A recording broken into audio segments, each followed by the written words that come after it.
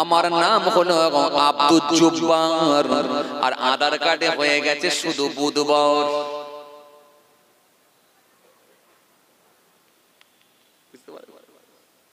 নাম হচ্ছে আব্দুল জব্বার, আধার কার্ডে উঠে গেছে শুধু বুধবার।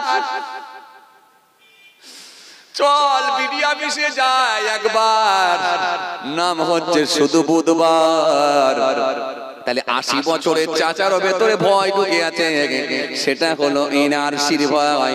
তাহলে 80 বছরের চাচার ভেতরে যদি এনআরসির ভয় থাকে, তাহলে বলো আজকের যুবকগুলো যারা এই রিসেন্ট বিয়ে করেছে, সন্তানের বাবা হয়েছে, সে কি আর ভয় পাবে কি পাবে না? এই জন্য আগে সে জন্ম সার্টিফিকেট বানিয়ে ফেলে। আকিকা হোক নাই হোক সেটা পরের কথা, ওটা নিয়ে এত চিন্তা করে না। সুন্দর একটা নাম দেবো কি দেবো না সেটা নিয়ে টেনশন নাই না, ওই জায়গা একটা রেখে দেবো। তাহলিক করাবো কি করাবো নি ওটা নিয়ে কোনো টেনশন নাই। তাহলিক করাবো কি করাবো নি সেটা নিয়ে কোনো টেনশন নাই। বাচ্চাকে ধর্মীয় শিক্ষা দিতে হবে কি হবে নি ওটাও নিয়েও ভাবে নাই। খালি এক ভাবছে টাইমে জন্ম সার্টিফিকেটটা করতে হবে, না হলে যদি এনআরসি হয়ে যায় বিপদ হবে। এরপরে একটু যখন বড় হয়ে গেল, এই ছেলেরা দাঁড়িয়ে লাভ নাই, বসো না হলে খসো, যেটাও একটা বেছে নাও। তোমরা একটুখানি দেখে পালিয়ে যাবে, কি দেখতে এসছো? ক্রিকেট খেলা নাকি? হ্যাঁ, ব্যাটসম্যান কি খুব জোর ছক্কা মারছে নাকি? দুটো ছক্কা মারা দেখে পালিয়ে যাবে, ওরকম সিস্টেম নাই আমার। হয় বসো নাহলে খসো। তবে একটা কথা বলিস, একটা কথা বলিস, কি বলতো, দাঁড়িয়ে থাকার থেকে বসে পড়া ভালো, আর চলে যাওয়ার থেকে দাঁড়িয়ে থাকা ভালো। কিছু মনে বুঝতে পারেন না আপনারা? না, দাঁড়িয়ে থাকার থেকে বসে পড়া ভালো, কেন অনেকক্ষণ দাঁড়াতে হবে, আর চলে যাওয়ার থেকে দাঁড়িয়ে থাকা ভালো। যদি বলো চলেই যাবো, আসেন আমি আপনাদেরকে কি বুঝাতে চাইছিলাম খেয়াল করেন। তাহলে এই যে জন্ম সার্টিফিকেট বানানো হলো,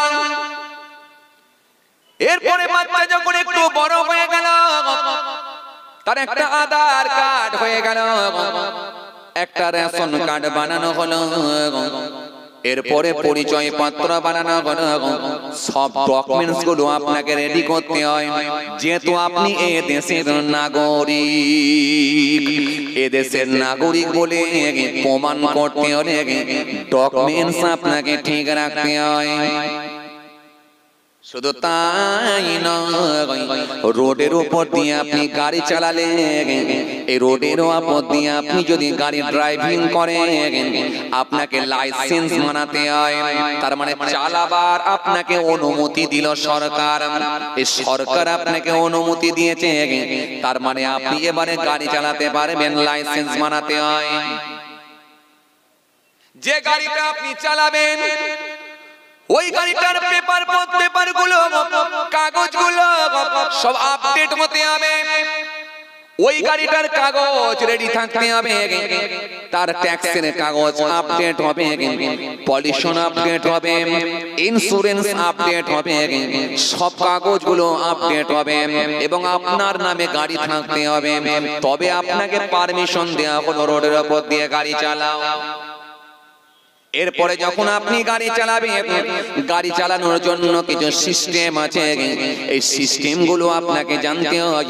যখন আপনি টাইল দিতে যাবেন, লাইসেন্স বানাবেন, তখন কিন্তু আপনাকে কোশ্চেন করা হবে, লেফট সাইডে গেলে কি করতে হবে, রাইট সাইডে গেলে কি করতে হবে, লেফট সাইডে গেলে কি করতে হবে, ডান দিকে গেলে কি করতে হবে, বাঁ দিকে গেলে কি করতে হবে, চৌরাঙ্গি মোড়েতে যদি লাল বাতি জ্বলে যায় কি করতে হবে, সবুজ বাতি জ্বলে গেলে কি করতে হবে, ইয়েলো বাতি জ্বলে গেলে কি করতে হবে, এই বাতির সিগন্যাল আপনি কি ইউটার্ন নেবেন কিভাবে, সবকিছু কিন্তু আপনি লাইসেন্স বানাবার আগে আপনাকে শিখিয়ে দেওয়া হয়। যদি আপনি সবকিছু ঠিকঠাক ভাবে নিতে পারেন, তবে লাইসেন্সে সিগনেচার মারা হবে, তবে গাড়ি চালাবার অনুমতি আপনাকে দেওয়া হবে। এই জন্য প্রত্যেকটা জিনিসের একটা সিস্টেম আছে। আল্লাহ বলেন পৃথিবীর জমিনে যদি তোমাদের বাঁচতে হয় 18 বছর বাঁচবে, 19 বছর বাঁচবে, 80 বছর বাঁচবে, 60 বছর বাঁচবে, 50 বছর বাঁচবে। আমারও কিছু সিস্টেম আছে, এই সিস্টেম গুলো তোমাদের মানতে হয়। শাহাদাতুল্লাহ ইলাহা ইল্লাল্লাহ ওয়া আন্না মুহাম্মাদান আবদুহু রাসূল ওয়া ইকামিস সালাত ওয়া ইতাইজ যাকাত ওয়াল হজ্জ ওয়া সাওমি রমাদান। এইজন্য আমার নবী সুন্দর করে বললেন ইসলামের বুনিয়াদ হলো 5টা।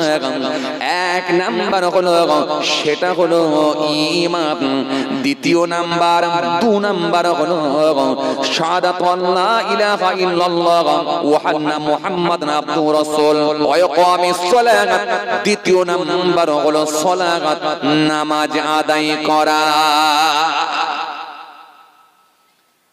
নামাজটা যদি পড়া হয় কি হবে? এই নামাজ তোমাকে পথ দেখাবে, রাস্তা দেখিয়ে দেবে।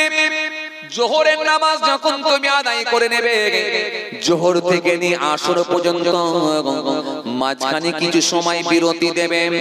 এই সময়টা যখন বিরতি দেবে, তোমার বুকের ভিতরে একটা আমি আল্লাহর ভয় ঢুকে যাবে। তুমি আর অন্যায় কাজের দিকে ধাবিত হতে পারবে না, কারণ তোমার মনটা তখন এরকম হয়ে যাবে এই টাটকা জোহরের নামাজ পড়ে এলাম, আবার সামনে আসরের নামাজ পড়বো, আর মাঝখানে আমি কেমন করে মিথ্যা বলবো। তোমার ভেতরে একটা ভয় ঢুকে যাবে, কেমন করে অন্যায় কাজ করবো, আর হয় না। এই জন্য আল্লাহ বললেন তুমি আমার হুকুমটা মেনে নাও। আসর থেকে নিয়ে যখন মাগরিব পর্যন্ত, এই আসর থেকে নিয়ে মাগরিব পর্যন্ত মাঝখানে একটা ছোট্ট গ্যাপ পাবে, বিরতি দেবে। এই বিরতি দেওয়ার সময়টা ও বান্দা শুনে রেখে দাও, লটারির টিকিট কাটতে গেলে তোমার বুকের ভিতরে একটা ভয় ঢুকবে, কেমন করে আমি লটারির টিকিট কাটবো। এই টাটকা আসরের নামাজ পড়েছি, এবারে মাগরিবের নামাজ পড়বো, আমি আল্লাহ দরবারে কি মুখ দেখাবো। তোমার ভেতরে একটা ভয় কাজ করবে। এটা একদিন, 2 দিন, 3 দিন, 4 দিন ধরে পড়তে পড়তে দেখবে একদিন তুমি সমস্ত অন্যায় কাজগুলো থেকে বেরিয়ে এসে আমি আল্লাহর মনোনীত বান্দা হয়ে যাবে।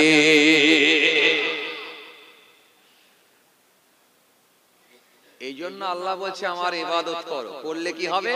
লাভ তোমাদের, আমার নয়, লাভ তোমাদের। ইয়া আইয়ুহান নাস উবুদু রাব্বাকুমুল্লাযী খলাকাকুম ওয়াল্লাযীনা মিন ক্বাবলিকুম লাআল্লাকুম তাত্তাকুন। হে মানুষ সকল, তোমরা রবের ইবাদত করো, জিকির করো, যিনি তোমাদেরকে সৃষ্টি করেছেন, তোমাদের পূর্বের মানুষগুলোকে সৃষ্টি করেছিলেন।